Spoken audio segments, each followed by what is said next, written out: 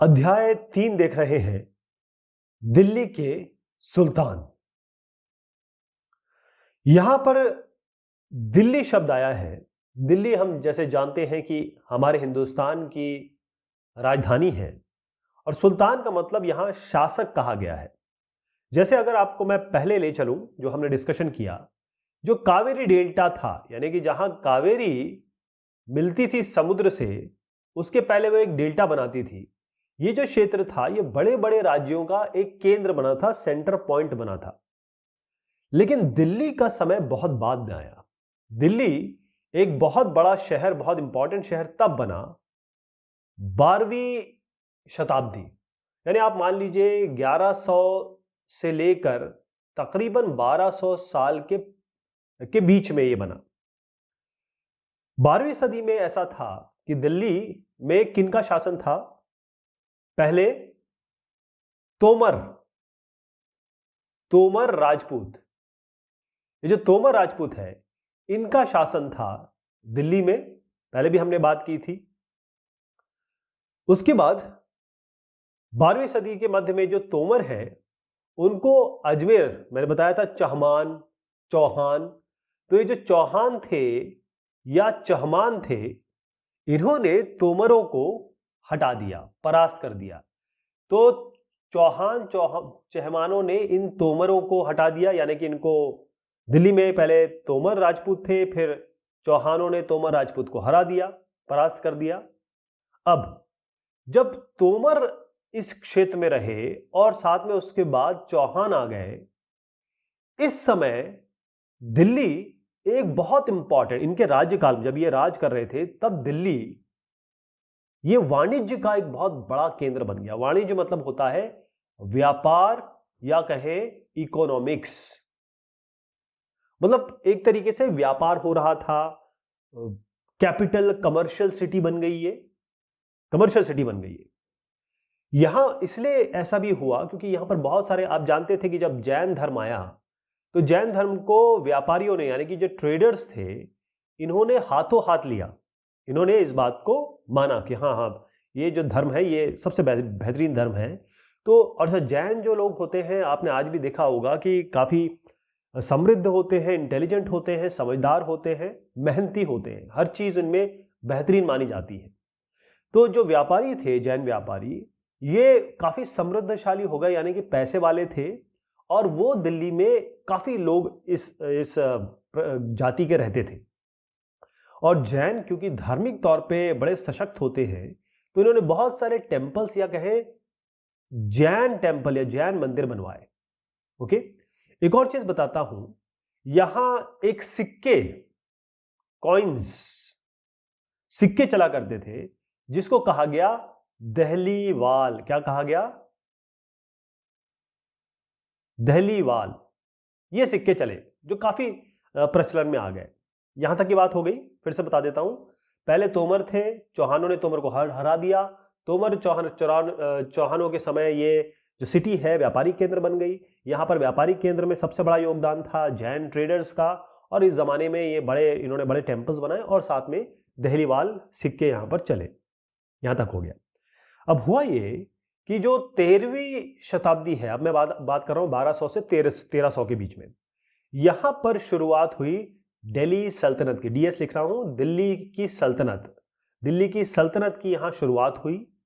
और फिर उसके बाद दिल्ली, ये दिल्ली आप देख रहे हैं, ये जो दिल्ली है, ऐसे ऐसे बना देता हूं, ये जो दिल्ली है, ये एक कमर्शियल सिटी के अलावा, यानी वाणिज्यिक इंपॉर्टेंस के अलावा, ये दिल्ली अब राजधानी या कैपिटल में बदल गई। अब ये कैपिटल में बदल गई। ओके, क्योंकि यहां जो काम होता था, इसका इफेक्ट या इसका नियंत्रण पूरे सब कॉन्टिनेंट में, मतलब पूरा का पूरा जो हमारा उपमहाद्वीप है, चाहे साउथ ले ले, नॉर्थ, ईस्ट, कहीं भी आप ले ले, वहां पर इसकी पकड़ थी। इसीलिए ये, और सेंट्रली लोकेटेड था ये, इसीलिए दिल्ली की सल्तनत कहलाई ये, और ये राजधानी बनी जो आज तक हमारे देश की राजधानी है। आपको पता होगा कि हमारे नरेंद्र मोदी साहब ये दिल्ली के लाल किले पे खड़े होके 15 अगस्त का अपना भाषण देते हैं। इतनी इंपॉर्टेंस है दिल्ली सल्तनत की। तो आज जो हम दिल्ली समझते हैं, हुआ ये कि जो सुल्तान थे, जिन सुल्तानों का मैं एक एक करके नाम लूंगा, इन्होंने बहुत सारे नगर बसाए। ये ऐसा नहीं कि दिल्ली तो एक यूनियन टेरिटरी है, लेकिन वो स्टेट भी है। अगर आज का देखें आप, तो दिल्ली एक यूनियन टेरिटरी है, लेकिन एक स्टेट की तरह काम करती है, क्योंकि वहाँ सरकार है। स्टेट नहीं है, Delhi is not a state, union territory है, केंद्र शासित प्रदेश है आज के ज़माने में। लेकिन ये इस तरीके से काम करती है कि जैसे राज्य हो, क्योंकि विधानसभा है बाकायदा, वहाँ पर अपनी एक सरकार है। तो दिल्ली जो हम आज समझते हैं, अगर मैं पहले आपको ले जाऊं, तो यहाँ पर सुल्तानों ने अलग अलग नगर बसाए। नगर कौन कौन से साथ थे, जरा दिमाग में डाल लीजिए। यहाँ पर एक है दिल्ली कोहना, दिल्ली ए कोहना, दिल्ली ए कोहना, एक ये हो गया। दूसरा ये हो गया सिरी, और तीसरा ये हो गया जहां पनाह, जहां पनाह।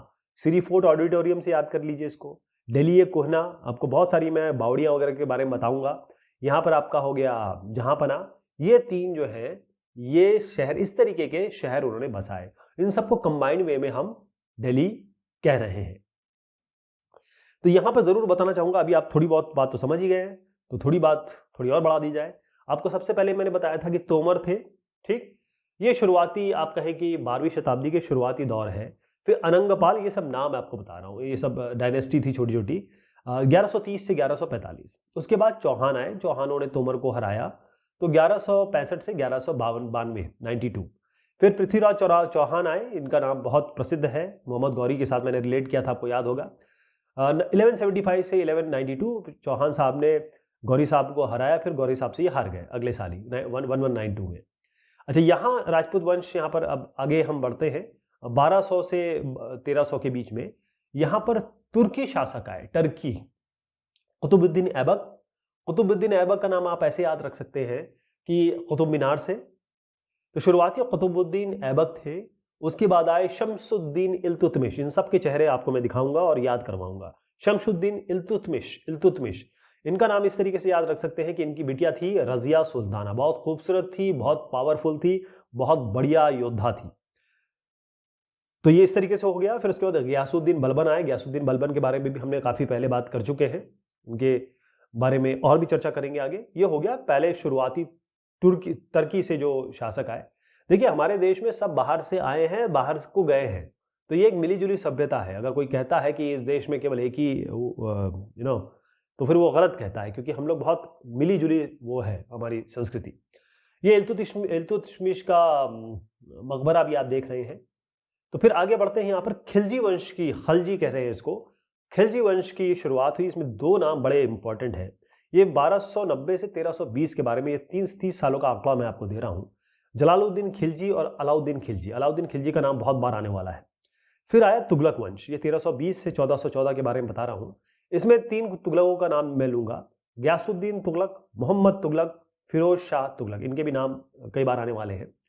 फिर आया सैयद वंश, 1414 से 1451, ये खिज्र खान, और ये 1414 से 1421 तक रहे, बहुत कम समय के लिए रहे।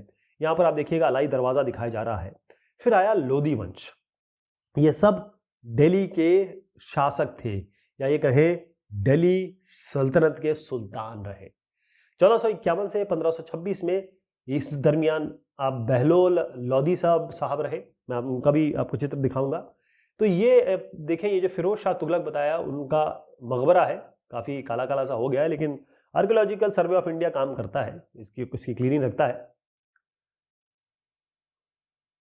अब हमें इनके बारे में जानकारी मिली कैसे? अब मैं आपसे कह रहा हूँ दिल्ली के सुल्तान ये थे, ये लिस्ट है, ये ईयर है, तो हमें पता कैसे चलता है? किसने बताया हमें?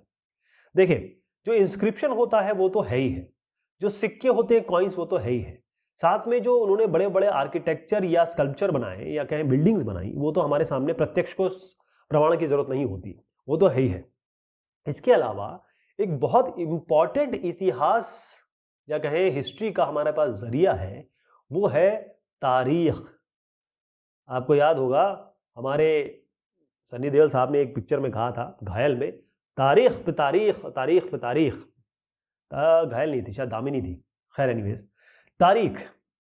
अब ये तारीख जो है, और इसका जो ये है सिंगुलर होता है, लड़का लड़के, इस तरीके से समझिए। अगर लड़का एक है, जैसे तारीख एक है, लड़के बहुत सारे हो जाएंगे, यानी कि बहुवचन। तो यह है तवारीख, तवारीख तो बहुवचन हो गया, ये प्लूरल हो गया। यहां पर जो है दिल्ली सुल्तान या कहें सुल्तान जब शासन काल में थे तो उनके प्रशासन की भाषा फारसी में, पर्शियन में इनको लिखा गया, तारीख और तवारीख को। तो तारीख तवारीख जो लिखी गई वही हमारा आज का सोर्स है, जिससे हमें पता चलता है कि उस जमाने में क्या, कैसे, कौन रहा होगा। इसको मैं बता दूं, बड़ा एक अलग प्रक्रिया थी ये। तो ये जो लिखते थे उसका तरीका क्या था, सबसे पहले इसके लिए तैयारी शुरू होती थी कागज बनाने से। तो आप देख रहे हैं एक साहब कागज बना रहे हैं। तो पांडुलिपि यानी हाथों से लिखी हुई चीजों को तैयार करने के लिए सबसे पहले आपको कागज की जरूरत पड़ती है, या कागज तैयार हो रहे हैं, इसके बाद इस पर लिखा जाता है। ये साहब लिख रहे हैं और ये जो है तारीख है, यही तारीख है, यही तवारीख है। उसके बाद जो इंपॉर्टेंट शब्द है, जैसे आजकल हम MS वर्ड में जाते हैं, बोल्ड कर देते हैं, अंडरलाइन कर देते हैं, उसी तरीके से जो अच्छे इंपॉर्टेंट शब्द हैं या फिर कोई एक पैराग्राफ है, उसको आकर्षित करने के लिए, उसको लोगों का ध्यान उस पर आकर्षण हो, उसके लिए सोने को पिघला कर उस पर चढ़ाया जाता था। और फिर फाइनली इसकी बाइंडिंग की जाती थी, जिसको हम कहते हैं जिल्द तैयार करना। तो जो तवारीख जिन्होंने लिखी है वो कौन थे? वो बड़े बड़े लोग थे, यानी कि समझदार लोग थे। जैसे सेक्रेटरी हो गए उस जमाने के, मुंशी हो गए, प्रशासक हो गए, यानी किसी एक एरिया के सूबे के सूबेदार हो गए, यानी कि प्रशासक हो गए, कवि थे, पोएट थे, और दरबारी, जो दरबार में राजा के, सुल्तान के दरबार में रहते थे, ऐसे बड़े इंटेलिजेंट, समझदार, सुशिक्षित लोग, यानी कि एडुकेटेड लोग थे, प्रशिक्षित लोग थे, जो इन सारी घटनाओं का इन्होंने बकायदा सिलसिलेवार तरीके से, एकदम गूढ़ तरीके से वर्णन किया है। और ये शासकों को सलाह भी दिया करते थे। ये कहते थे कि देखिए साहब, और सबसे बड़ी बात है कि जो भी मुगल रहे या दिल्ली के सुल्तान रहे, मेन बात थी कि उन्होंने हमेशा यहाँ पर जब भी राज किया, न्याय के साथ किया, यानी किसी के साथ कोई गलत ना हो, सब बराबर हो, जिसने गलत किया है उसको दंड दिया जाए, जिसने सही किया है उसको रिवॉर्ड किया जाए। यानी कि इन्होंने बहुत अच्छे से न्याय संगत, जस्टिफाइड तरीके से यहां पर राज किया था। ओके, समझ गया आप? तारीख तवारीख एक ही बात है, और ये जिन जिन लोगों ने उस जमाने में लिखी वही हमारा इतिहास का एक सोर्स है। इसमें कुछ चीजें आपको ध्यान देने योग्य है। ये तो मैंने बता दिया, तारीख तवारीख को कैसे जिल्द तैयार की जाती थी, कैसे लिखा जाता था, कैसे उस पर आप सोने का वर्क चढ़ाते थे ताकि उस पर लोगों का ध्यान जाए। इसके अलावा एक और चीज जाननी जरूरी है कि जो तवारीख लिखते थे, तारीख लिखते थे, वो लेखक जो थे वो नगरों में रहते थे, वो गांवों के नहीं थे, गांवों में नहीं रहते थे। पहली चीज तो ये हो गई। दूसरा ये था कि ये जो तवारीख लिखने वाले लोग हैं, ये हमेशा कोशिश करते थे कि ऐसा लिखें कि सुल्तान इनको इनाम दे, इनको पैसा दे। मतलब वो इसलिए लिखा करते थे, अच्छी चीज अच्छे तरीके से इसको बनाया करते थे ताकि इनको इनाम की चाह रहती थी, हर आदमी को रहती है ना, इनाम की चाह रहती है, इनाम इकराम से नवाजा जाए। अब उसके अलावा ये एक और चीज जोड़ूंगा इसमें, ये शासकों को जन्मसिद्ध अधिकार, इनके बारे में भी मैं डिस्कशन करता हूं, और लिंग भेद बताता हूं मैं आपको।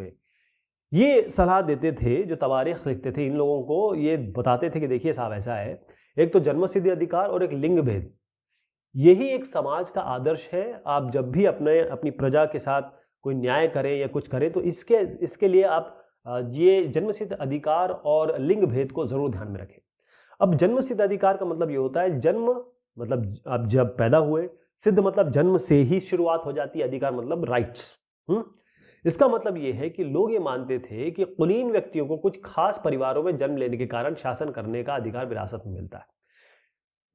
अगर कोई राजा का बेटा है तो वो तो अपने आप प्रिंस हो गया, क्योंकि वो कुलीन वर्ग में पैदा हुआ है, बड़े वर्ग में पैदा हुआ है। मान लीजिए कोई बड़ा सामंत है, उसका बेटा क्योंकि उस वर्ग में पैदा हुआ है तो ये भी सामंत बनेगा, ये भी चीफटेन बनेगा। ये था जन्मसिद्ध अधिकार की जिस समाज में, जिस घर में आप पैदा हुए हैं, जो काम वहां होता है आप उसको करिए, ऐसी चीज इनको बताई जाती थी। दूसरा था लिंग भेद। देखिए, औरत और मर्द में अंतर है, सामाजिक तौर पे भी अंतर, और शारीरिक संरचना तो खैर हम जानते ही हैं, औरत और मर्द में शारीरिक तौर पे बहुत अंतर होता है। वो बेसिकली हार्मोन का ही होता है, केवल हार्मोन्स के कारण होता है, लेकिन फिर भी होता तो है, वरना उनकी स्किन, उनका खाना पीना सब एक जैसा, हमारा एक जैसा है। इसके कारण जो है आदमी औरत से ऊपर है, स्ट्रांगर है, बड़ा है, ये चीज समझाई जाती थी। और ये दोनों ही चीज जो थी आजकल के जमाने में अगर आप बोलेंगे तो आपको लोग ट्विटर पे ट्रोल कर देंगे या जहां भी आप लिखेंगे या बताएंगे, ठीक है। लेकिन उस जमाने में ये था तो जो था वो मैं बता रहा हूं आपको।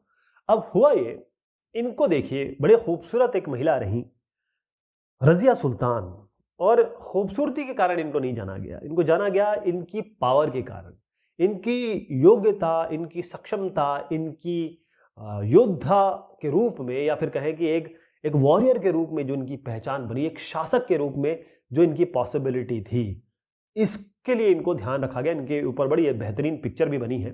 तो मैं आपको बताऊं हुआ क्या, मैं बता रहा हूं सन 1236 की बात। इसमें क्या हुआ, यहां पर देखिए, ये साहब है सुल्तान इल्तुतमिश, इनकी बिटिया थी रजिया सुल्तान। तो ये बेटी, इनकी बेटी रजिया सुल्तान, ये बैठी सिंहासन पे। कहां बैठी, गद्दी पे, यानी कि एक तरीके से दिल्ली की सुल्तान रजिया सुल्तान बन गई, राइट। अब इसमें यहां पर मिनहाज सिराज साहब हैं, ये एक क्रोनिकलर थे, यानी वृत्तांत लिखते थे, और थोड़े बहुत ये इतिहासकार भी थे। तो इन्होंने ये बताया कि ये जो महिला थी, ये अपने भाइयों से, जितने भी भाई इनके हैं, उनसे स्ट्रॉन्गर थी, ज्यादा योग्य थी, ज्यादा सक्षम थी। अभी भी, आज भी आप जानते हैं कि आप और आपकी बहन, या आप या आपके क्लास में जो लड़कियां पढ़ती हैं, आपको पता है कि लड़कियां आपसे बहुत तेज हैं, बहुत स्मार्ट हैं, बहुत बढ़िया हैं, योग्य हैं, सक्षम हैं। हर चीज में लड़कियां लड़कों से आगे रहती हैं, इसमें कोई शक नहीं। उस जमाने में भी ऐसा ही था, ये तो होता ही है। आप घर में अपने पिताजी और मम्मी को देखिए, मम्मी आपको ज्यादा स्ट्रॉन्गर रखती हैं, पिताजी थोड़े दिमागी तौर पे औरतें हमेशा सशक्त होती हैं, तेज होती हैं और बहुत पावरफुल होती हैं, इसलिए उनको बड़े बड़े पद दिए जाते हैं। अब ये हुआ कि सब कुछ मैंने जो तारीफ कर दी औरतों की वो तो ठीक है, लेकिन आदमियों के रूल में औरत को एक राजा या एक सुल्तान मानना, ये किसी के गले नहीं उतर रहा था, ना तो इल्तुतमिश के, ना ही दरबारियों के। बस होना क्या था, जो होता है, जो लायक हो, जो इतना स्ट्रॉन्गर हो दिमागी तौर पे, या जो अपने आप को प्रूव भी कर रहा है, बेचारे इस रजिया सुल्तान को 1240 में इनको सिंहासन से हटा दिया गया, रजिया सुल्तान को। अच्छा, इनका तो मैंने बता दिया, लेकिन और भी कुछ चीज़ें हैं जिसपे मैं आपका ध्यान आकर्षण करना चाहूँगा। जो रजिया सुल्तान ने कुछ अभिलेख, इंस्क्रिप्शन और सिक्के बनाए, और इसमें बताया कि मैं सुल्तान इल्तुतमिश की बेटी हूँ, आई एम हिज डॉटर, मैं उसकी डॉटर हूँ, मैं उसकी बेटी हूँ। मैंने उन्हें छुपाया नहीं, इन्होंने बताया बाकायदा, तभी से हमें पता चलता है। लेकिन अगर आप आंध्र प्रदेश के, आज का जो आंध्र प्रदेश है, उसमें एक वारंगल जगह है, यहां पर काकतीय, मैंने आपको बताया था काकतीय शब्द मैं जरूर यूज करूंगा, तो काकतीय, अगर आपको चोल वंश मैंने आपको पहले जो बताया था, उसके थोड़ा ऊपरी भाग में काकतीय वंश था। तो यहां पर जो काकतीय वंश है, यहां पर एक रानी थी जिनका नाम था रुद्रमा देवी। क्या नाम था, रुद्रमा देवी। अब इन्होंने क्या किया था, इनके हिसाब से बिल्कुल अलग व्यवहार था। व्यवहार क्या था कि भाई इन्होंने अभिलेख, इंस्क्रिप्शन रखे, रुद्रमा देवी ने भी इंस्क्रिप्शन बनाए, लेकिन उन्होंने ये बताने की कोशिश की कि मैं औरत नहीं, आदमी हूं। इस तरीके से भ्रम पैदा करने की कोशिश की, क्योंकि उस जमाने में वो जानते थे कि औरतों की उतनी वक़्त तो है नहीं। आज जिस तरीके से औरत या एक फीमेल का लेवल है, एकदम कहें कि समान सोसाइटी है, उस जमाने में तो था नहीं। तो एक भ्रम पैदा किया। एक और चीज बताऊंगा आपको, श्रीनगर, कश्मीर की तरफ ले जाना चाहूंगा आपको। तो कश्मीर में एक थी रानी दिद्दा। अगर आप कश्मीर से ताल्लुक रखते हैं तो आप इनको जरूर जानते होंगे, रानी दिद्दा। बेसिकली दिद्दा जो होता है वो दीदी होता है ना, प्यार से इनको दिद्दा बुलाया जाता था। तो वो उनकी भी एक महिला शासक रही। तो रुद्रमा देवी शासक रही, आपकी रानी दिद्दा रही, और ये तो खैर 4 सालों के लिए रही, लेकिन इनको और साल इनको करना चाहिए था, रजिया सुल्तान को। अब दिल्ली सल्तनत की शुरुआत कैसे हुई, इसका विस्तार कैसे हुआ, इतने बड़ा साम्राज्य कैसे बना ये। तो शुरुआत में ये गैरिसन शहर थे। गैरिसन में भी बताता हूं आपको, साम्राज्य बनने से पहले गैरिसन शहर है। अब ये गैरिसन इंजीनियर आपने सुना होगा, अगर आप किसी आर्मी इलाके में रहते होंगे या किसी आर्मी से संबंध होगा तो आप देखेंगे कि गैरिसन इंजीनियर, गैरिसन, ये शब्द बड़ा प्रयोग होता है आज भी, इस समय भी। तो जब 13वीं शताब्दी के जो शुरुआती वर्ष है यानी कि 1200 समथिंग में दिल्ली में सुल्तानों का शासन केवल यहाँ पर गैरिसन में था, यानी अगर पूरा दिल्ली आप उठा लें, वहां पर इस तरीके से सेना की इनकी छोटी छोटी टुकड़ियां होती थी, बस इसके अलावा कुछ भी नहीं। यानी अगर मैं इसको कहूं कि एक शहर है और वहां पर एक एंट्री है, बहुत इंपॉर्टेंट एंट्री है, जो जिसे हम कहेंगे कि व्यापारिक तौर पे बहुत इंपॉर्टेंट जगह है ये, वहां से इनका कोई भी संबंध नहीं था, यानी वहां पर उनका कंट्रोल नहीं था। तो इसे हम कह रहे हैं भीतरी प्रदेश, मतलब केवल कई कुछ कुछ टुकड़ियां थी, कोई एक से किला बंद। ये जो गैरिसन शहर है इसका मतलब होता है किले से ढका हुआ या बंधा हुआ एक ऐसा इलाका जहां पर सैनिक रहते हैं। कौन लोग रहते हैं? सोल्जर्स। ओनली यहां लिख देता हूं, सैनिक, केवल सैनिक रहते थे। तो इनके पास केवल गैरिसन शहर नाम की छोटी छोटी टुकड़ियां थी। तो अब हुआ क्या कि जैसे अब मेन इलाके तो इनके पास थे नहीं, तो ये यहाँ से निकलते थे अपना, यहाँ पर जो जो मेन इलाके थे वहां पर लूटमार करते थे, या फिर वहां से जो भी चीज होती थी आवश्यक सामग्री के लिए, ये या तो टैक्स लगा देते थे इसी इलाके में या फिर अपना लूटमार करते थे। इसके अलावा एक और दिक्कत हो रही थी, मैं आपको 12वीं शताब्दी की शुरुआत का बता रहा हूँ, ये 13वीं शताब्दी की शुरुआत का बता रहा हूँ। 12वीं शताब्दी इसलिए कह रहा हूँ क्योंकि 1200 से 1300 13वीं शताब्दी होती है, तो 1200 करीब आप मान लीजिए। होता ये था कि जैसे ये बंगाल है और ये आपका सिंध है, अब जहां पर भी ये थे वहां से बंगाल और ये सिंध इलाके में इतना दूर था क्योंकि मौसम भी खराब, आने जाने की उस समय ऐसी यातायात की सुविधाएं थी नहीं, और उसके अलावा कई हमलावर बीच में रहते थे, सूबेदार जो है वो पावरफुल हो जाते थे। तो जरा सी अगर कमजोरी इनकी होती थी तो जो वहां के आसपास के पावरफुल लोग होते थे वो अपने आप को राजा या किंग घोषित कर देते थे। तो इसका मतलब यह है कि इस समय चुनौतियां बहुत थी इनके पास। तो फिर ये अपनी ये सब चुनौतियों से ही जूझे हुए थे, ये कहां से कुछ करेंगे। दिल्ली सल्तनत की शुरुआत ऐसे हुई, लेकिन उसके बाद ये जो गैरिसन शहर था वहां से ये साम्राज्य कैसा बना। शुरुआत की थी गियासुद्दीन बलबन साहेब ने, उसके बाद अलाउद्दीन खिलजी, और फिर आए मोहम्मद बिन तुगलक। ये 3 नाम दिमाग में बिठा लीजिए, हिस्ट्री में बहुत बड़े नाम है ये, गियासुद्दीन बलबन, अलाउद्दीन खिलजी और मोहम्मद बिन तुगलक। तो अब हुआ ये कि अपनी स्थिति को मजबूत करने के लिए खास तौर पर अपनी जो इन्होंने अभियान चलाए, क्योंकि इनको देखिए सल्तनत की जो भीतरी सीमाएं थी उनका मेन काम ये था कि भाई हम ठीक है गैरिसन शहर तो हमारे पास है, हमको आसपास के इलाकों पे भी कब्जा करना है। तो यहाँ पर ये जो गंगा और यमुना का दोआब कहते हैं इसको, दोआब मतलब जहां पर आब मतलब नदी, दो मतलब दो नदियां, जहां दो नदियां मिलती हैं, खासतौर पे इस जगह पे जहां पर गंगा और यमुना मिलती हैं, इसको दिखाऊं आपको, जो गंगा यमुना जहां मिल रही हैं, इस इलाके की मैं बात कर रहा हूं। यहां पर बहुत सारे इन्होंने अभियान चलाए, और किया क्या इस इलाके में, इन्होंने एक मतलब जंगल के एरिया क्लियर किए, ये क्लियर कर दिए, और क्लियर करने पर इन्होंने क्या किया, जो यहाँ पर रहते थे, कौन कौन, यहाँ पर शिकारी रह रहे हैं, यहाँ पर चरवाहे रह रहे हैं, तो शिकारी से शी कर देता हूँ, चरवाहे से चरवाहे कर देता हूँ, और फल संग्राहक मतलब संग्राहक, गैदरर जिसे कहते हैं, संग्रह के लिए संग्रह कर देता हूँ। तो ये सारे के सारे लोगों को इन्होंने खदेड़ दिया। बेसिकली उनका जो पर्यावास था, पर्यावास मतलब होता है हैबिटेट, वो जगह जहां पर ये बेचारे लोग रहते थे उनको इन्होंने हटा दिया, खदेड़ दिया।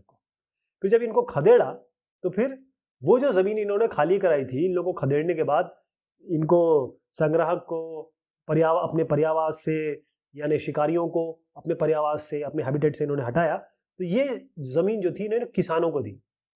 अब किसानों को दी, साथ में जो किसान के कार्य है उसको बाकायदा इन्होंने प्रोत्साहित किया। कहने का मतलब ये है कि आगे बढ़ने के लिए इन्होंने एक तरीके से व्यवस्था दी।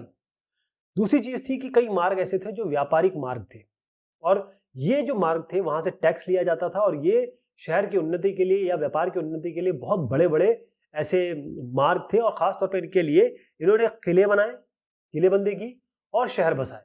तो कहने का मतलब ये है कि व्यापार मार्गों की सुरक्षा के लिए और इस इलाके में व्यापार की उन्नति के लिए इन्होंने नए किले बनाए, नए शहर बनाए, क्योंकि इन्हें समझ में आ गया था कि कहां से विस्तार करना है और कहां से पैसे आने।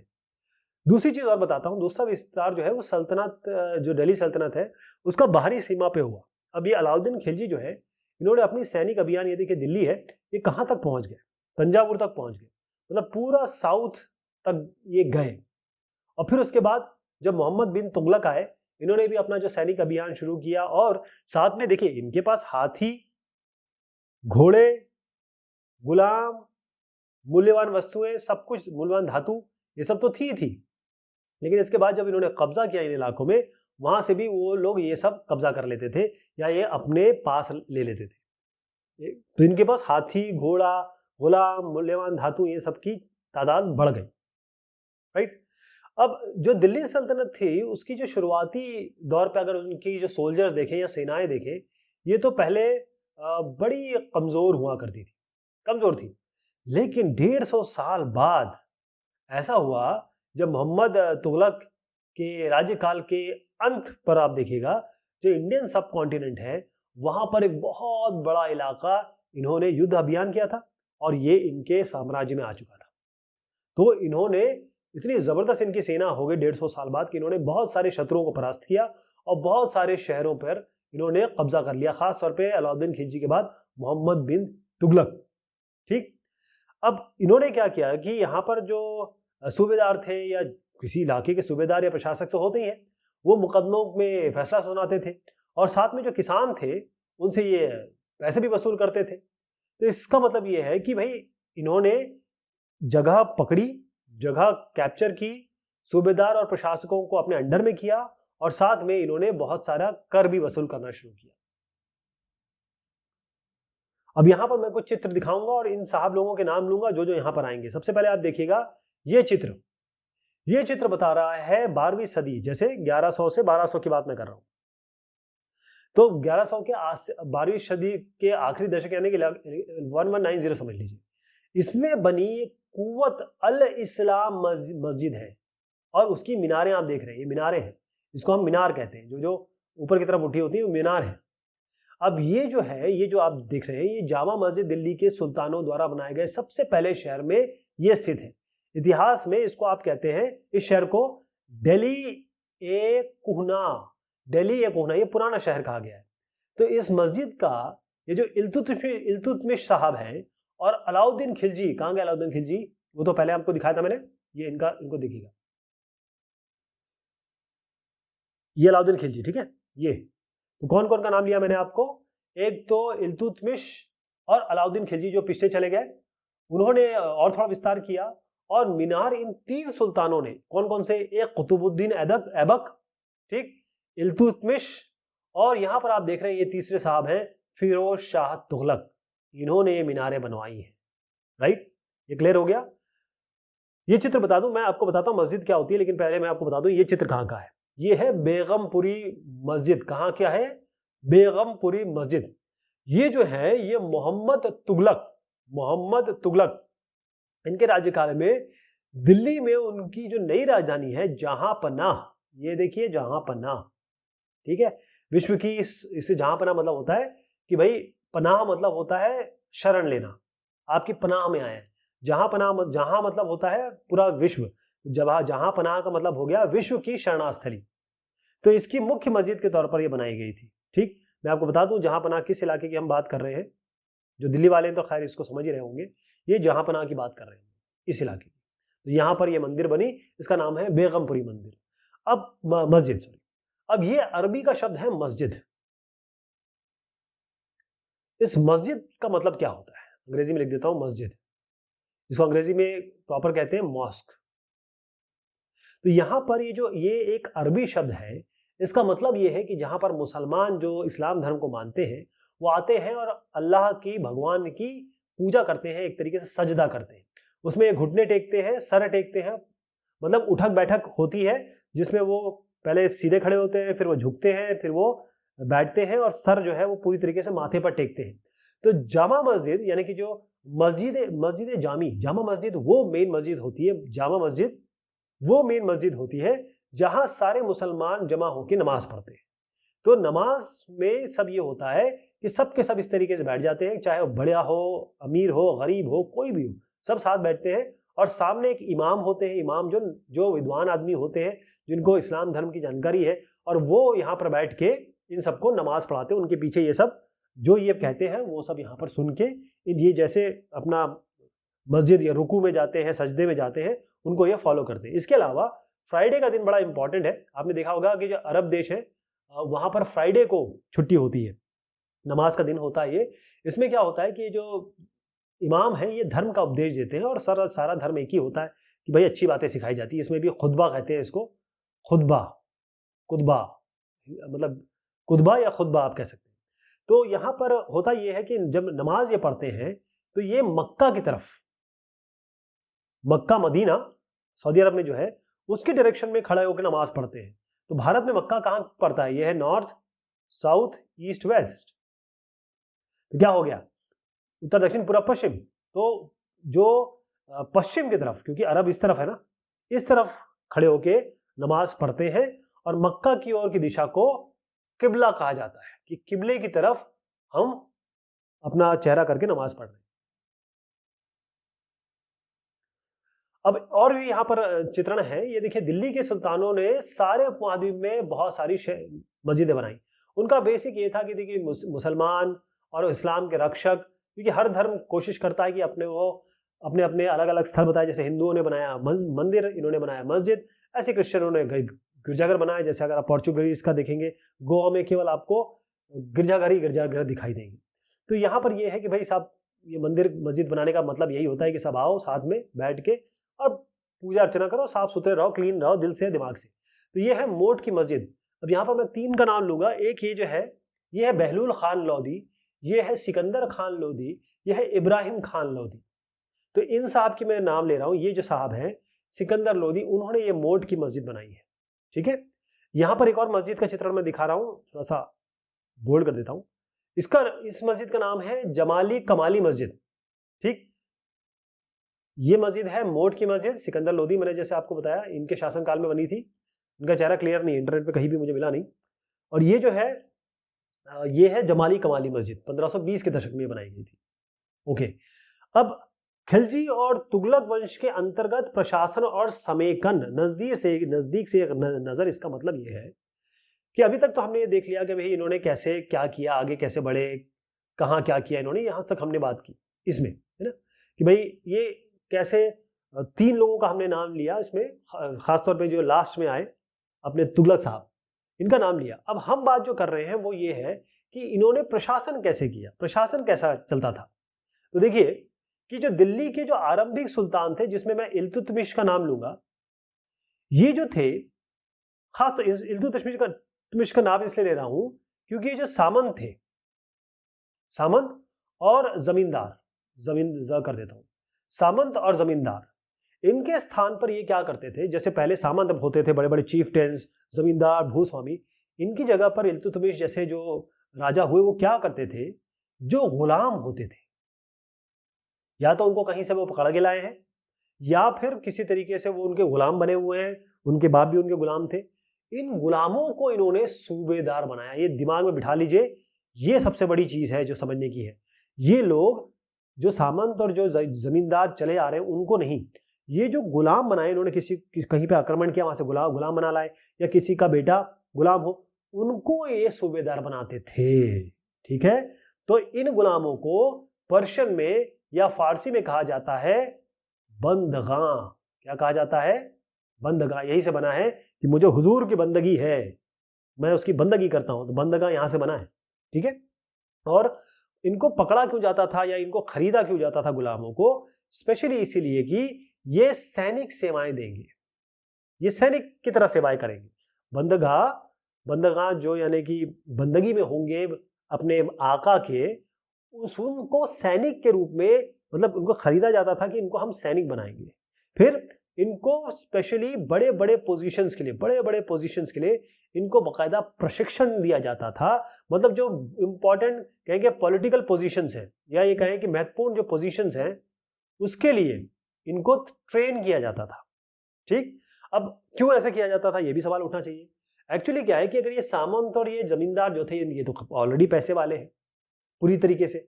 अगर ये इल्तुतमिश या किसी भी राजा ने इनको सामंत वो बना दिया, सूबेदार बना दिया, तो ये थोड़ी देर में क्या होगा कि ये अपना साम्राज्य बढ़ा लेंगे, इनके पास सेनाएं भी होती है, ये इसके अंडर में नहीं रहेंगे, तो इल्तुतमिश तो इन्हें खो देगा। ये जो सैनिक है जिनको गुलाम बना के लाए हैं, ये सैनिक तो पूरी तरीके से राजा पे आश्रित है, उनके मालिक पे निर्भर है, और उस मालिक को मानता है कि यार देखो इस मालिक ने मुझे कहां से कहां पहुंचा दिया, तो इसकी बंदगी में लगा रहता है, इसकी पूजा में लगा रहता है, ये जो कहता है वो करता है। ठीक है, इसीलिए सुल्तान इन पे न विश्वास करके, सामंतों और जमींदारों पे न विश्वास करके इन लोगों को, गुलामों को सूबेदार बनाते थे। क्लियर हो गया? अब जो खिलजी और तुगलक शासक, जब खिलजी, ये तुगलक, खिलजी खा कर देता हूं, तुगलक तू कर देता हूं, ये दोनों जो थे ये भी बंदगाह का इस्तेमाल करते रहे, ये भी बंदगाह का इस्तेमाल करते रहे, और साथ में अपने ऊपर जो आश्रित निम्न वर्ग है, सबसे बड़ी बात इनकी तारीफ इसीलिए होती है कि जो छोटे वर्ग के लोग थे, निम्न जिसे हम बहुत छोटी जाति के कहते हैं या छोटे लोग थे, निम्न लिखा है मैंने, इनको भी ये बड़े ऊंचे राजनीतिक पदों पे, यानी कि इंपॉर्टेंट पोजीशन या कहेंगे इंपॉर्टेंट पॉलिटिकल पोजीशंस पे, ये जो निम्न वर्ग के लोग थे उनको ये पोजीशन दे दिया करते थे। जैसे हो गया इसको बना दिया सेनापति, इसको बना दिया मान लीजिए सूबेदार, तो ऐसी पोजीशन पे दे देते थे, जिससे क्या हुआ कि जब आप एक ऐसे आदमी को ऊपर पहुंचा देंगे, जब वहां पर सामंत मौजूद है और जो जमींदार मौजूद है, मतलब पैसे वाले लोग मौजूद है, और जब ये देखेंगे कि हमारे ऊपर तो ये ऐसा आदमी हमें राज कर रहा है जो कि कुछ लगता ही नहीं हमारे सामने, ये वर्ण व्यवस्था में भी नीचे है, ये गुलाम है, इसको कुछ आता नहीं है, ये किसी अच्छे वंश में इसने वो जन्म नहीं लिया है। काशिद का मतलब ये होता है कि वो जो किसी और व्यक्ति के अंडर में रहता है, संरक्षण में रहता है, वही उसका भरण पोषण करता है, जो बड़ा आदमी होता है वो इस निम्न वर्ग वाले का भरण पोषण करता है। तो यहां पर होने लगी राजनीतिक अस्थिरता। क्यों? क्योंकि देखिए ये जो गुलाम है, ये गुलाम जो है, ये खिलजी, तुगलक, इल्तुतमिश, इनके लिए तो वाकई में इनका गुलाम है? तो मान लीजिए इल्तुतमिश की बात करते हैं। इल्तुतमिश के लिए ये इसका बंदगाह है। इल्तुतमिश के बाद मान लीजिए खलजी आए, ये इनका बंदगाह है, इनका तो नहीं है। ठीक है, चलिए ये भी आ गए। उसके बाद आपके मोहम्मद बिन तुगलक आए, तुगलक कर देते हैं, इनके तो नहीं होंगे। यानी इनकी जो बंदगी थी, इनकी जो एक तरीके से आश्रितता थी या संरक्षक उनके कौन थे, वो इल्तुतमिश थे, उनके बाद आने वाले राजा या अधिकारी नहीं। समझ में आ गया कि जब अगर खिलजी आएगा तो वो इसको क्यों रखेगा, ये तुगलक आएगा वो इनको क्यों रखेगा, वो नए गुलामों को बना देगा कि चलो भाई मेरा ये गुलाम अच्छा है, इसको मैं सेनापति बना देता हूं, इसको मैं सूबेदार बना देता हूं। तो ये तो चला गया ना, इनके बीच में कॉन्फ्लिक्ट शुरू हो गया। समझ में आ गया? जो नए सरदार थे और जो पुराने सरदार थे उनके बीच में आ गया कॉन्फ्लिक्ट, एक तो ये टकराना शुरू हो गया। इसके अलावा ये जो बड़े वर्ग के लोग थे, जिसे मैंने कहा कि सामंत और जो आपके भूस्वामी जमींदार थे, ये बड़े वर्ग के लोग, इनको भी धक्का लगा कि यार ये कहां तुमने छोटे छोटे लोगों को बना दिया और हमारा कुछ तो तुमने ध्यान नहीं दिया, है ना। तो फारसी जो तवारीख है, जो तवारीख मैंने आपको बताया था तवारीख, तो तवारीख में क्लियर जो निचला निम्न वर्ग या कहें निचले खानदान, जो छोटा खानदान है, निचले वर्ग का खानदान है, उनके लोग जो ऊपर के पद पे बिठा दिए गए या बिठाए गए, या फिर इन राजाओं ने यह कोशिश की कि हम सामंतों को और सूबेदारों को नहीं, इनको नहीं लेंगे, जमींदारों को, हम इन निचले वालों को, वर्गों को बनाएंगे। उनकी आलोचना की किसने? तवारीख लिखने वालों। क्लियर हो गया? अब मैं आपको एग्जांपल भी दे देता हूं, इतनी बात तो हमने कर ली। जो सुल्तान मोहम्मद तुगलक है, तुगलक साहब ने क्या किया, उनका बड़ा अजीज खुमार, एक शराब बनाने वाला, बेचने वाला था, एक अजीज खुमार, कलाल कहते हैं इसको, जो शराब बनाता है, तो इसका नाम था अजीज खुमार। एक एक पहला पहला अक्षर लिख रहा हूं। इसके अलावा एक नाई जिसका नाम था फिरोज हज्जाम, एक बावर्ची जिसका नाम था मनका तवाख, एक इस तरीके से लड्ढा पीरा, जो माली थे, इसमें एक था लड्ढा, एक था पीरा। तो आप सोचिए, चाहे वो शराब बनाने वाला हो, चाहे वो नाई हो, बावर्ची हो, या अब माली हो, उन सभी लोगों को तुगलक साहब ने, मोहम्मद बिन तुगलक ने बड़ी बड़ी पोजीशन पे बिठा दिया। और जब ये चीजें देखी इन साहब ने, जिनका नाम है जियाउद्दीन बरनी, इनके बारे में आप चर्चा कर चुके हैं, जियाउद्दीन बर्नी साहब ने जब ये सब देखा तो उन्होंने कहा कि ये जो राजा लोग हैं, ये जो दिल्ली के सुल्तान हैं, इनको राज करने का अब आइडिया नहीं रहा। ये इनका विवेक, इनका दिमाग, इनका शासन करने की जो क्षमता है वो खत्म हो चुकी है। ये जियाउद्दीन बर्नी ने लिखा जब उन्होंने देखा कि हर टाइप का आदमी को ये टॉप पे पहुंचा दे रहे। बात की थी कि जो आश्रित वर्ग है, निम्न वर्ग है या छोटा वर्ग है, या फिर कहें कि जो गुलाम है, जिनको कहा गया बंदगां, यही से शब्द बनाया बंदगी। तो ये जो बंदगा थे, ये जो जितने भी मोहम्मद बिन तुगलक हुए, खिलजी हुए, इन्होंने क्या किया, इन बाकी लोगों के हिसाब से जो छोटे लोग थे उनको हाई पोजीशन पे बिठा दिया। उसके कारण बहुत सारे लोगों को दुख भी हुआ, कई लोग इसमें नाराज भी हुए। और साथ में जैसे इन्होंने, जियाउद्दीन बर्नी ने लिखा कि इतने छोटे छोटे लोगों को, जैसे छोटे लोगों के हिसाब से क्या समझ लीजिए, जैसे नाई थे या कहें कि कोई हजाम था, अब इन सब लोगों को बहुत बड़ी बड़ी पोजीशन पे बिठा दिया गया। तो कई, ये जियाउद्दीन बर्नी ने भी बड़ी आलोचना की, या ये कहें कि इन्होंने कहा कि भाई इन जो बड़े बड़े सल्तनत हुए या सल्तनत नरेश हुए, इनके विवेक, इनके दिमाग या इनको जो शासन करना वो नहीं आता। लेकिन मैं इसका दूसरा पक्ष बताता हूं। हुआ ये कि इन्होंने क्या किया कि जितने भी पहले खिलजी, ये नाम बार बार आएंगे, खिलजी और तुगलक, खिलजी तुगलक, इन्होंने क्या किया कि जो सेनापति थे उनको अलग अलग आकार में जमीन दे दी, इलाका दे दिया। ये इलाका दे दिया, इसको कहा गया इक्ता। क्या कहा गया? इक्ता। और इसको जो संभालता था, जिन जिन लोगों को इन्होंने संभालने के लिए कहा, उसको कहा गया इक्तदार या फिर मुक्ति, ये उनका नाम रखा गया। इनका काम क्या था कि भाई ये जो इलाका इनको दे दिया गया है, इसकी कानून व्यवस्था, इसमें जो भी अगर दिक्कत हो रही है, प्रॉब्लम हो रही है, इसको संभालना और इसकी प्रॉपर मैनेजमेंट इनका काम हो गया है। अब इनको पैसे तो नहीं दिए जाते थे, इनको मतलब राजा जो है, एम्परर, इनको पैसा नहीं देता था, उनसे ये कहता था कि आपको हमने ये जमीन दे दी, इलाका दे दिया, ये जो इलाका आपका है, इसमें जो भी राजस्व आएगा, यानी कि जो भी आप टैक्स लगाएंगे या फिर जो भी इससे आपको गेन होगा, ये आपकी तनख्वाह हो गई, ये आपका पैसा हो गया, और हम आपको नहीं देंगे, बल्कि ये राजस्व आप कलेक्ट करिए, आप पैसा जो है अपने सैनिकों का रख रखाव, जो सैनिक हो गए उनका रख रखाव आपको ये करना है। तो इन पे बहुत जबरदस्त तरीके से खिलजी और तुगलक और बाकी जो वंश वाले हुए, उन्होंने इन पे बहुत अच्छा कंट्रोल रखा। क्योंकि होता क्या था, पहले अगर कोई सूबेदार है, उसका बेटा सूबेदार, फिर उसका बेटा सूबेदार, यानी कि वंशवाद पहले चलता था। लेकिन उन्होंने क्या किया, बड़ा अच्छा काम किया। इन्होंने क्या किया कि जैसे हम देखते हैं आर्मी वाले और पुलिस वाले, जो आर्मी है, पुलिस वाले, यहाँ पर थोड़ी गड़बड़ हो सकती है, या कहें कि कहीं ना कहीं करप्शन वगैरह हो सकता है। तो हिंदुस्तान में ये प्रक्रिया है कि आर्मी वालों को हर 3 साल में, हमें ये पुलिस वालों को हर 3 साल में इनका ट्रांसफर हो जाता है, जगह इनकी चेंज हो जाती है। तो इस यहाँ पर भी इन्होंने ऐसे किया कि इन लोगों का स्थानांतरण करना शुरू किया, ट्रांसफर करना शुरू किया, यानी कि हर कुछ समय में इन लोगों को एक जगह में टिकने नहीं दिया जाता था, इनका ट्रांसफर हो जाता था, जिसे हम कहते हैं स्थानांतरण हो जाता था। और फिर जो खिलजी है, तुगलक है, इन्होंने बहुत जबरदस्त जो जितने भी नियम बनाए थे ना, उनको सख्ती से पालन करवाया। अब ये भी देखिए कि अगर मान लीजिए एक मुक्ति है, ये मुक्ति है, ये अपने इलाके का कितना राजस्व ये कलेक्ट करना है, बिल्कुल तय था कि इससे ज्यादा कोई राजस्व या इससे ज्यादा टैक्स लोगों से तो नहीं कलेक्ट कर रहा है। इसके अलावा जितना भी हिसाब बनता था, इसके लिए राजाओं ने बकायदा एक कहे कि लेखा अधिकारी, लेखा अधिकारी ये नियुक्त किए। इनका काम ही ये था कि जा जाके पता करें कि भाई कुछ गड़बड़ तो नहीं कर रहे हैं ये लोग, यानी ध्यान रखते थे इस चीज का कि भाई जितना राजस्व तय किया गया उतना ही वसूल करें। और अगर सैनिक, आप मान लीजिए इस इक्ता के लिए 100 है, इस इक्ता के लिए 200 है, तो जितने सैनिक हैं उतने ही रहे, उससे ज्यादा ना रखें। अब जैसे ही पहले धीरे धीरे धीरे क्या किया, सुल्तानों ने बहुत सारे इलाकों को अपने कंट्रोल में रख लिया। तो जैसे ही इन्होंने बड़े बड़े इलाके अपने कंट्रोल में लिए, तो यहाँ पर सामंत होते थे, यहाँ पर अमीर लोग होते थे।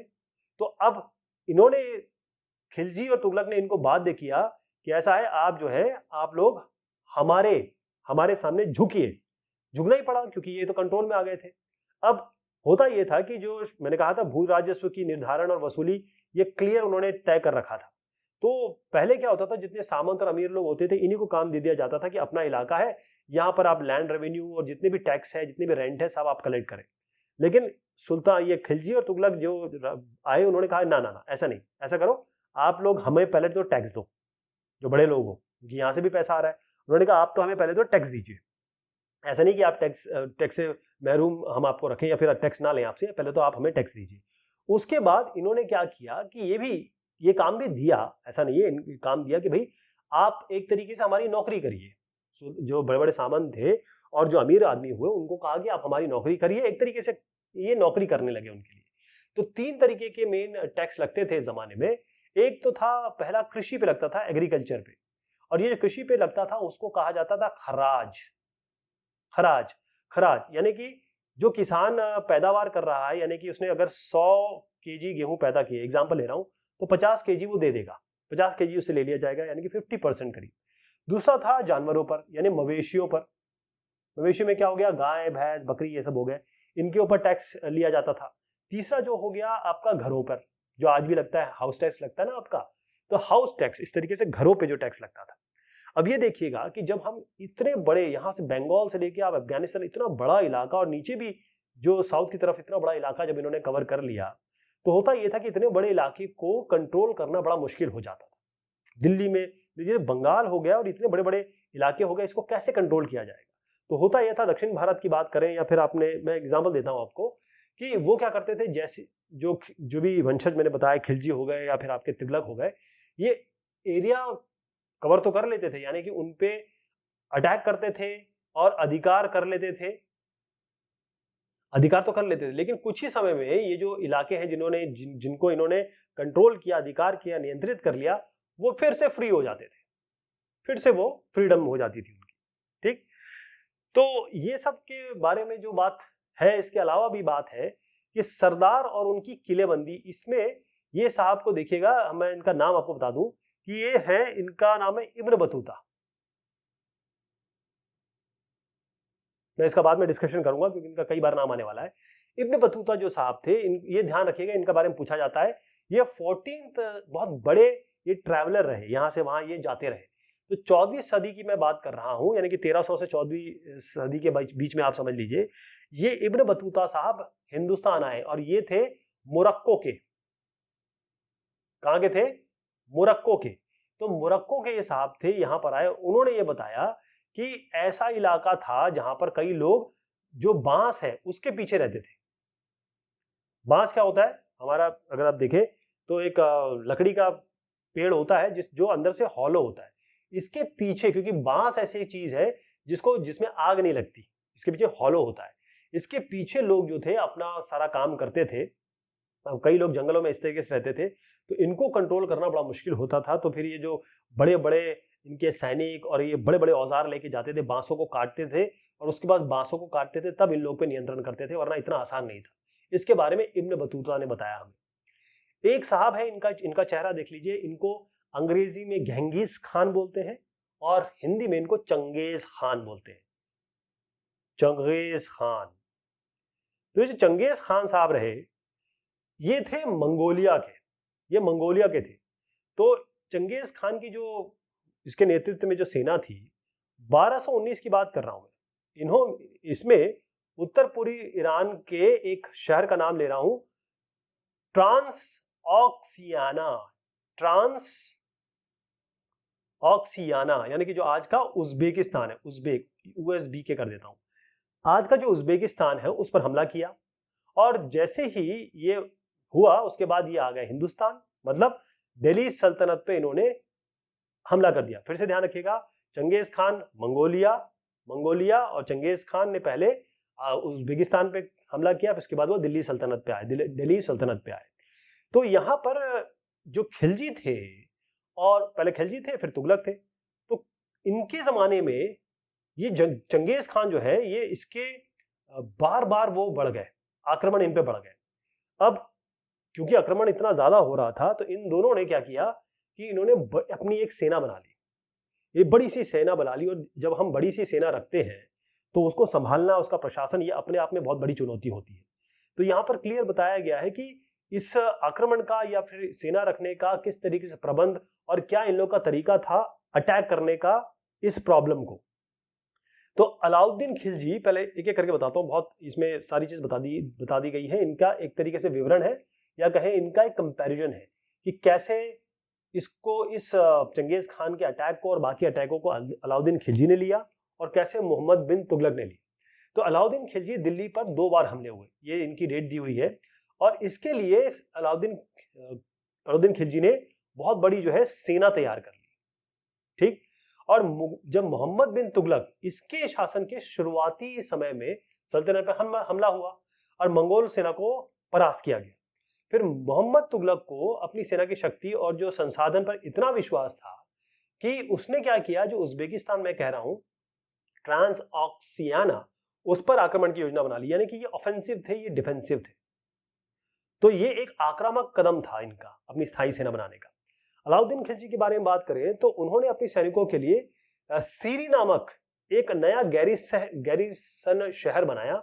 आपको मैंने दिखाया था, सीरी था, दिल्ली कोहिना था और जहांपना, तो वहां पर इन्होंने बनाया। अब ये जो नया गैरिसन शहर, मैं तुगलक साहब की बात बता रहा हूं, इन्होंने क्या किया कि इस गैरिसन शहर बनाने के स्थान पर दिल्ली के 4 शहरों में से सबसे पुराना जो शहर था दिल्ली कोहिना, उनके निवासियों को इन्होंने हटाया और ये जो दिल्ली कोहिना है इसको सैनिक छावनी में बदल दिया इन्होंने। और पुराने शहर के जो निवासी थे उनको दक्षिण में बनी एक नई राजधानी दौलताबाद में भेज दिया मोहम्मद तुगलक ने। अलाउद्दीन खिलजी ने क्या किया, क्योंकि सैनिकों को रोटी तो देनी है, पेट तो भरना है, तो इसकी समस्या को गंगा यमुना के बीच की भूमि से कर के रूप में खेती की पैदावार इकट्ठी करके हल किया गया। यानी कि जहां पर पेट भरने की समस्या थी वहां पर इन्होंने क्या किया, उस गंगा यमुना का जो इलाका था वहां से टैक्स लेना शुरू किया।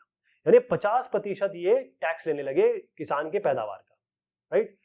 अब यहां पर अगर तुगलक साहब की बात देखें तो इनको भी अपने सेनाओं को खिलाना था, तो इसके लिए क्या करते थे, वो उसी इलाके से खाद्यान्न इकट्ठा किया करते थे जहां पर ये सैनिक तैनात है। लेकिन उन्होंने और भी कर लगाए और प्रॉब्लम ये हुई कि इतना ज्यादा जब कर लगाने लगे, टैक्स लगाने लगे, तो उसी जमाने पे यहां पर अकाल भी पड़ गया। ये तुगलक साहब के साथ हुआ। अब इनको पैसा भी देना होगा, तो अलाउद्दीन खिलजी ने क्या किया, अलाउद्दीन ने जो सैनिकों को इक्ता के स्थान पर नकद वेतन देना तय किया कि भाई हम इक्ता नहीं, आपको हम बकायदा पैसे देंगे, रुपीज, मतलब जो भी उस समय चलता होगा। सैनिक अपना आवश्यक सामान दिल्ली के व्यापारियों से खरीदते थे और यह भी आशंका थी कि व्यापारी अपनी चीजों को कीमतों को बढ़ा देंगे। इसके लिए अलाउद्दीन ने क्या किया, दिल्ली में चीजों की कीमतों पर एकदम नियंत्रण करना शुरू कर दिया। अफसर ये सर्वेक्षण करते थे कि भाई कोई इस बात का उल्लंघन तो नहीं कर रहा है, जो दर है उसी पे बेचे। लेकिन मोहम्मद तुगलक को भी पैसे देने होते थे, मतलब किसी न किसी तरीके से उनका वेतन तो देना होता था। तो उन्होंने क्या किया कि मोहम्मद तुगलक भी अपना वेतन नगद के रूप में देते थे। लेकिन कीमतों पर जैसे यहाँ पर नियंत्रण किया जाता था, वो क्या करते थे, एक मुद्रा जिसे टोकन कहते हैं, मुद्रा चलाई उन्होंने, और ये मेटल के बने होते थे सिक्के, लेकिन सोना चांदी में नहीं होता था, सस्ती धातु थी इसमें। तो 14वीं सदी के लोगों को इस मुद्रा पर ज्यादा भरोसा तो था नहीं, बड़े चतुर थे। वो क्या करते थे, अपने सोने चांदी के सिक्के को बचाकर रख लेते थे और इस तरीके के सारे जो टोकन थे, इस टोकन मुद्रा से ही वो बाकी चीजें चुकाते थे। तो ये जो सस्ती मुद्रा थे, जैसे जाली सिक्के बनाने लगे लोग, जैसे जाली वो बनते ना, कागज नोट वगैरह बन जाते, उस तरीके से। अलाउद्दीन का जो प्रशासनिक कदम था उसके हिसाब से देखा जाए तो वो काफी सफल रहे और उन्होंने देखा कि किस तरीके से कमी हो रही है, बाजार में जो चीजें आ रही हैं उसके हिसाब से बड़ी अच्छी तरीके से इन्होंने मैनेज किया, रेट वगैरह फिक्स किए। और ये समझ लीजिए कि मंगोल के जो आक्रमण थे उनके खतरे का भी उन्होंने बड़ा अच्छा सामना किया। और मोहम्मद तुगलक ने क्या किया, वो थोड़ा सा असफल रहे, जो प्रशासनिक कदम के हिसाब से देखा जाए तो असफल रहे, क्योंकि कश्मीर पर उनका आक्रमण पूरी तरीके से फेल हो गया और फिर तुरान पर हमला करने का इन्होंने छोड़ ही दिया आइडिया और अपनी विशाल सेना को भंग कर दिया, जितनी बड़ी सेना उन्होंने खड़ी की थी। इस बीच जो उन्होंने एडमिनिस्ट्रेशन के संबंध जो कदम उठाए उसमें बड़ी दिक्कतें हुई। दौलताबाद में आपको बताया था मैंने, एक शहर इन्होंने बसाया, वहां से बहुत सारे लोग नाराज थे कि भाई हमें अपनी जगह से हटा दिया और करों में इतना ज्यादा वृद्धि कर दी और गंगा यमुना में अकाल, जो उसका दुआब था, जो उसका इलाका था, वहां पर अकाल हो गया, तो लोग बगावत पे उतर आए। फाइनली इन्होंने जो टोकन व्यवस्था शुरू की थी इसको इन्होंने बंद करना पड़ा। तो ये दोनों के अलग अलग अप्रोच थे। मतलब कहा जाए कि खिलजी ने जो किया वो एक तरीके से डिफेंसिव मैकेनिज्म था और मोहम्मद तुगलक ने ऑफेंसिव किया। इन्होंने कहा कि मंगोल आएंगे, हम उनका मुकाबला करेंगे।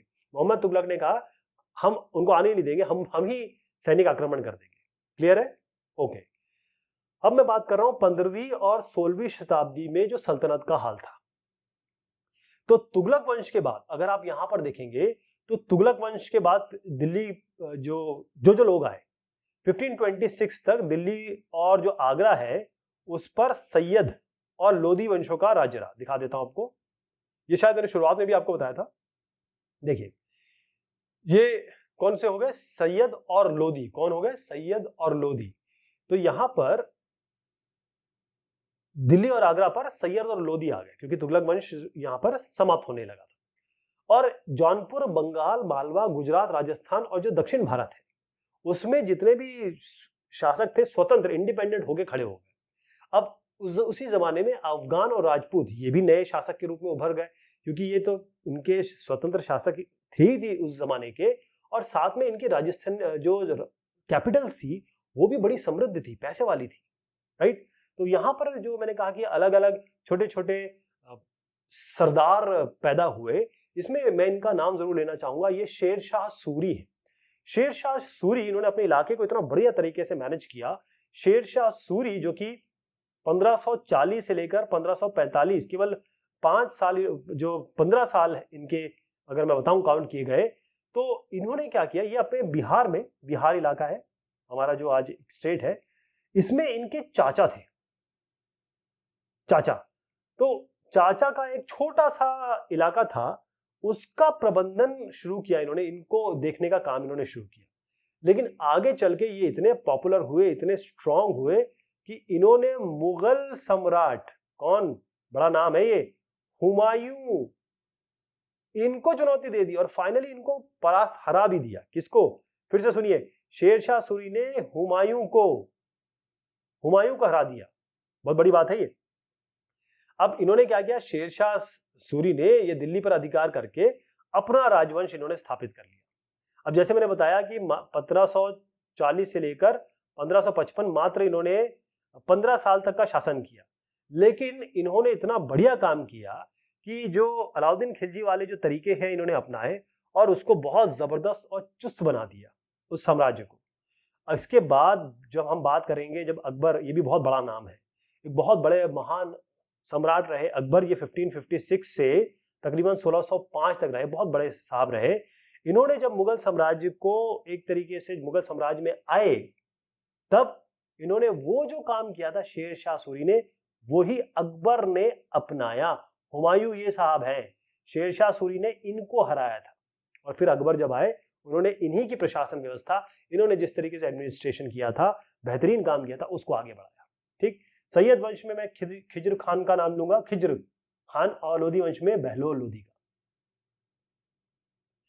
अच्छा, इसी जमाने में यूरोप में क्या हो रहा था, यूरोप में ये हो रहा था कि यहां पर एक नया विचार आया, तीन श्रेणियां, 3 कैटेगरीज कह लीजिए इसको। इसका क्या विचार था उसका, इसका ये था, पहले तो ये बता दूं कि ये 11वीं शताब्दी में यानी कि आप मान लीजिए 1000 से 11000 साल के शुरुआत में, 11वीं शताब्दी मतलब 1000 ईस्वी के शुरुआत में ये चीज लोगों ने ये प्रेजेंट की। कैसे, और ये आई कहां से, इन्होंने कहा कि 3 तरीके के लोग हैं, 3 तरीके की कैटेगराइजेशन कर सकते हैं। एक जो पूजा करते हैं या प्रार्थना करते हैं, एक जो युद्ध लड़ते हैं जिसे हम कहेंगे कि योद्धा, युद्ध लड़ने वाले, और एक जो हो गए खेती करने वाले। ये 3 तरीके के विभाजन है। अब इन विभाजन में जो नया समूह जो योद्धाओं का था उसे कहा गया नाइट्स, KNIGHT, ध्यान रखिएगा। ये जो नाइट था, होता क्या था, इनको ये ईसाई धर्म इन नाइट्स को बड़ा संरक्षण दिया करता था। होता यह था कि जो योद्धा हैं वो क्या करते थे, अपने आप में लड़ते रहते थे, आपस में लड़ते रहते थे। तो जो चर्च थे उन्होंने ये फैसला किया, उन्होंने कहा कि देखो आपस में लड़ रहे हैं लोग, तो इनके लिए काम करते हैं। आपस की जो लड़ाई भिड़ाई थी उसको छोड़ के इन्होंने, चर्च ने एक बात नई शुरू की कि आपको लड़ना है। जो नाइट्स बने, ये जो नाइट्स देख रहे हैं आप, इनको कहा या इनके दिमाग में एक चीज डाली कि आपको आपस में नहीं लड़ना है, आप जाइए वहां मुस्लिम्स, जिन्होंने यरूशलेम इस पर, हमारा जो एक्चुअल इलाका है जहां से क्रिश्चियनिटी शुरू हुई है, वहां पर मुसलमानों का कब्जा है, जाओ और इन मुसलमानों से लड़ो। और इसी का नाम दिया गया क्रूसेड, इसी का नाम दिया क्रूसेड मतलब धर्म युद्ध, ठीक है। तो इस तरीके से धर्म युद्ध शुरू हुआ। ये लोग मुसलमानों को मारते थे, काटते थे, उनके खिलाफ चर्च ने एक अभियान शुरू किया। और फिर जो ये नाइट्स थे इतने पॉपुलर हो गए। ये लोग बहुत बड़े वर्ग के नहीं थे, कुलीन वर्ग के नहीं थे, ये लोग बहुत कुलीन वर्ग के नहीं थे। लेकिन उसके बाद ऐसा इनका रुतबा हुआ कि जो कुलीन वर्ग के बड़े वर्ग के लोग थे वो भी अपने आप को नाइट कहलाना चाहते थे, जो धर्म युद्ध लड़ते हैं, क्रूसेड है, यानी कि वो मुसलमानों को खत्म कर रहे हैं अपने धर्म को बचाने के लिए। तो ये बात हुई इस डिस्कशन की। बहुत शुक्रिया, बहुत मेहरबानी आप सभी।